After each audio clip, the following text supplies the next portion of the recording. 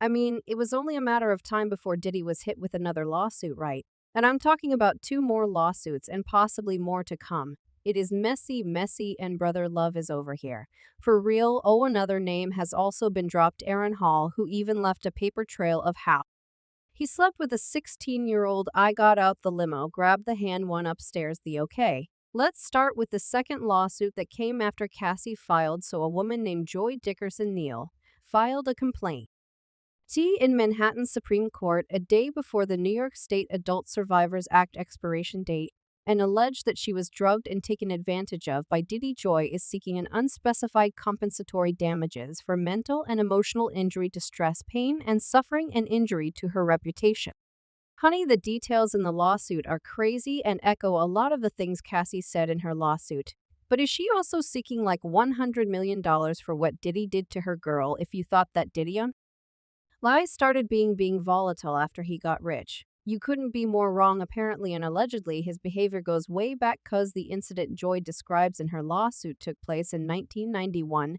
Now in 1991, Diddy had not yet released his debut album No Way Out, and at the time he was still working as a talent director at Uptown Records, but Joy said that she and Diddy shared mutual friends and acquaintances, and she even once appeared with Diddy in a music video around the time he took advantage of her. As for what EXLI happened between them, Joyce said in her lawsuit that while on a school break for the holidays in 1991, she, a college student at Syracuse University at the time, reluctantly agreed to dinner with Diddy. According to the lawsuit, Joy was reluctant because she had already heard of Diddy's alleged mistreatment of women at the time that she met with him and was cautious around him, so she chose a place she felt comfortable, a restaurant where she worked, but even that did not help her. Allegedly, during their date, Diddy intentionally drugged her, resulting in her being in a physical state where she could not independently stand or walk. He had apparently spiked her drink when she left her drink unattended to use the restroom. So after dinner, which they had at a location where she worked as a server, the two continued to spend the night together. And Joy recalled Diddy taking her to a music studio and then to a house she thought was his home where the incident allegedly took place, and she felt humiliated and hurt. Yet she could not escape. She said that while in the car on the way to the studio, she took a puff of a blunt under pressure from Diddy, and from that point on her memory just goes blank. And guess what? Apparently Diddy taped the incident, which happened in January 1991, and distributed the tape to others in the music industry. And that caused severe harm to Joy's reputation, career prospects, and emotional well-being. In fact, a male friend also identified as Devontae SUED, a member of the R&B group Jodeci, revealed to Joy that he viewed the tape along with other men. Joy then said that after that, her life went into a tailspin. She was admitted to a hospital for severe depression and even had thoughts of unaliving herself. When all that was happening, she was trying to gain a foothold in the music industry, working as a location scout for an industry cameraman. And despite her allegations of emotional pain, Joy continued to work in the music industry at a DJ management company. You know what? The part about Diddy recording Joy and distributing the tape sounds awfully familiar. And that is because something very similar happened to Cassie as well. In her lawsuit, Cassie talked about how Diddy would make her sleep with other men at what he called freak-offs, and he would have her wear costumes like masquerade masks and lingerie. She also said that Diddy insisted she wear white nail polish to contrast her nails with the skin of the black man he hired to sleep with her. And Diddy recorded everything on her phone. Cassie would actually delete videos from these incidents that had been shot on her phone, but Diddy told her he still had access to those videos, and on a flight, he once made her watch a video she thought she had deleted. There was actually a time when the videos and photos were making rounds in the industry, and 50 Cent even confirmed that he saw explicit footage of Cassie, worse than what was even going around.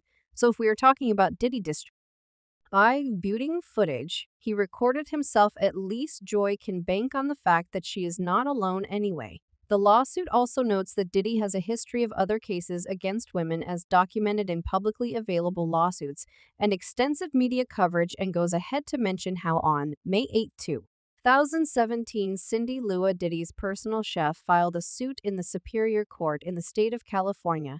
It also mentions how in 2019, Gina Hun, an ex-girlfriend of Diddy, detailed in an interview how he treated her off. Of course, They also noted Cassie's recent lawsuit in the Southern District of New York, where she detailed how Diddy forced her to film herself hooking up with paid male workers and forced himself on her. Oh, in case you were wondering why Joy took so long to file, she said that she filed police reports at unspecified agencies in New York and New Jersey and spoke to several prosecutors, hoping to press charges, and was told her allegations would need to be corroborated. She also said that within no time, Diddy had experienced great success with the launch of the late Notorious Big's career, whose hit single Juicy had charted on Billboard, and witnesses were terrified that Diddy would retaliate against them and they would lose their future business and music opportunities if they made a statement in support of her. The lawsuit goes on to say that despite her emotional pain, she was working at one of her employer's parties when she unfortunately ran into Diddy and did her best to avoid talking with him.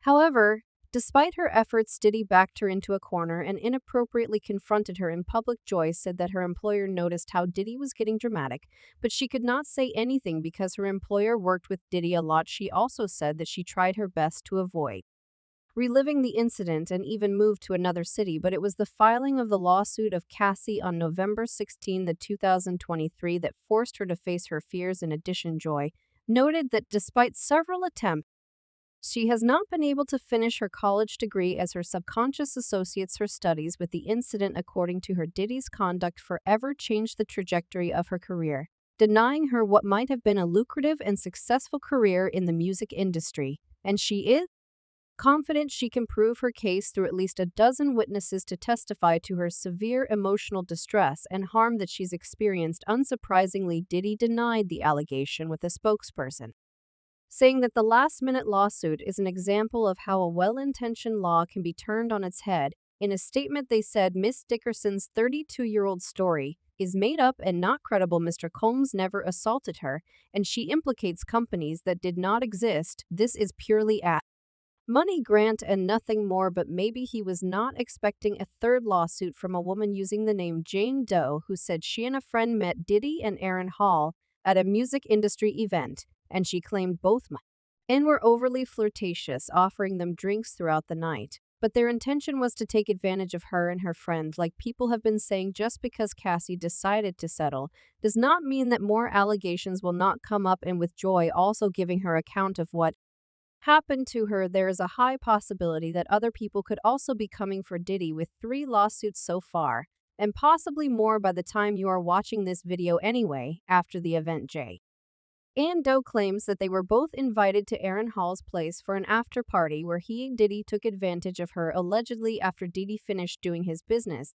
Jane Doe laid in bed, shocked and traumatized, and as she was in the process of getting dressed, Aaron Hall barged into the room, pinned her down, and forced himself on her. She alleges that she escaped from the apartment and found out her friend had a similar experience with both Diddy and Aaron, like they were literally taking turns. So disgusting, honestly, when you remember how Aaron Hall talked about his first encounter with a 16-year-old Gloria of Zion Vlad. This incident is highly believable. I got out the limo, grabbed the hand, went upstairs, and her. Plus, he also said that Diddy has literally seen him hook up with girls, so he knows his size. So again, very believable that would take turns with Diddy to force himself on somebody. Additionally, Jane Doe alleges Diddy became volatile when he saw her and her friend a couple of days after the incident and even choked her until she passed out. Apparently and allegedly, Diddy was searching for Jane Doe's friend because he was worried that she would tell the girl he was with at the time what he and Aaron Hall had done to them. At this rate, y'all, Diddy give him lawyer a bunch of blank checks, because I have a feeling this won't be the last. But what are your thoughts on Diddy facing more lawsuits? Do you think it's enough for him to just be dishing out cash and no he actually getting arrested and going to trial and then under the prison? And what of Aaron Hall getting dragged into the mess as well? Let me know your thoughts in the comments section below.